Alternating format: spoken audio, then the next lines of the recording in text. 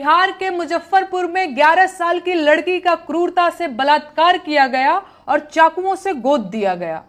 अंतिम सांसें ले रही लड़की की एम्बुलेंस पटना के सबसे बड़े सरकारी हॉस्पिटल पीएमसीएच के बाहर करीब 4 घंटों तक इसलिए खड़ी रही क्योंकि हॉस्पिटल में बेड नहीं था और कल वो लड़की मर गई। ये है बिहार की हकीकत। और आप लोग मुझसे सवाल पूछते हैं कि सरकार से सवाल मैं क्यों करती हूं। मैं सवाल इसलिए करती हूं क्योंकि जिन्हें सवाल करना चाहिए वो लोग सरकार की चापलूसी और दलाली कर रहे हैं। मैं सवाल इसलिए करती हूं क्योंकि मैं बिहार की इस दशा को नहीं देख सकती और मुझे इसमें सुधार चाहिए। मैं सवाल इसलिए करती हूं क्योंकि मुझे प्रेम है अपने बिहार से, लेकिन मैं मूर्ख नहीं हूं। मैं जानती हूं कि बिहार के लोगों के साथ बहुत बड़ी ठगी हुई है और उन्हें अभी भी ठगा जा रहा है। मैं खुद चाहती हूं कि बिहार के लोग बिहार पर गर्व करें, बिहारी होने पर गर्व करें और पूरा देश बिहार और बिहारियों को सम्मान की नजर से देखे। लेकिन जो सच है वो ये है कि बिहार इस वक्त बहुत बुरी हालत में है और इस बात पर बिल्कुल गर्व नहीं किया जा सकता। हर वो आदमी बिहार को ठग रहा है जो बिहार वालों को बिहारी होने पर गर्व करने के लिए कह रहा है। अरे किस बात पर गर्व करना है भाई आपको? बढ़ते अपराधों पर या भयंकर बेरोजगारी पर, गिरते पुलों पर या बर्बाद हो चुकी शिक्षा व्यवस्था पर? किस बात पर?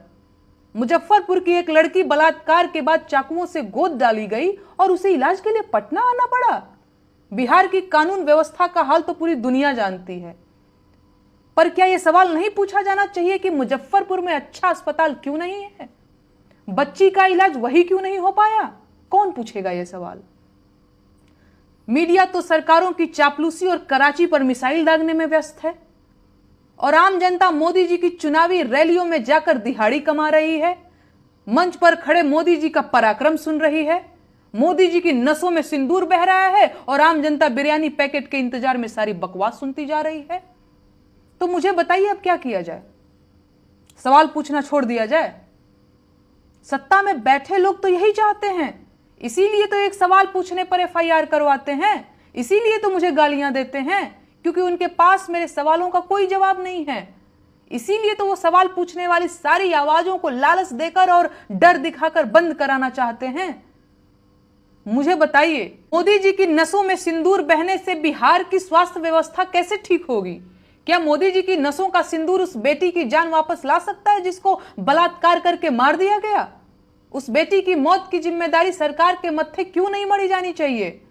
उस बेटी की मौत उन सबके सिरों पर मढ़ी जानी चाहिए जो सरकार से अच्छे अस्पतालों की मांग करने की बजाय बिना बात बिहारी होने का गर्व करते रहे। और वो सारे कलाकार, लेखक और नेता भी इस पाप में भागीदार हैं।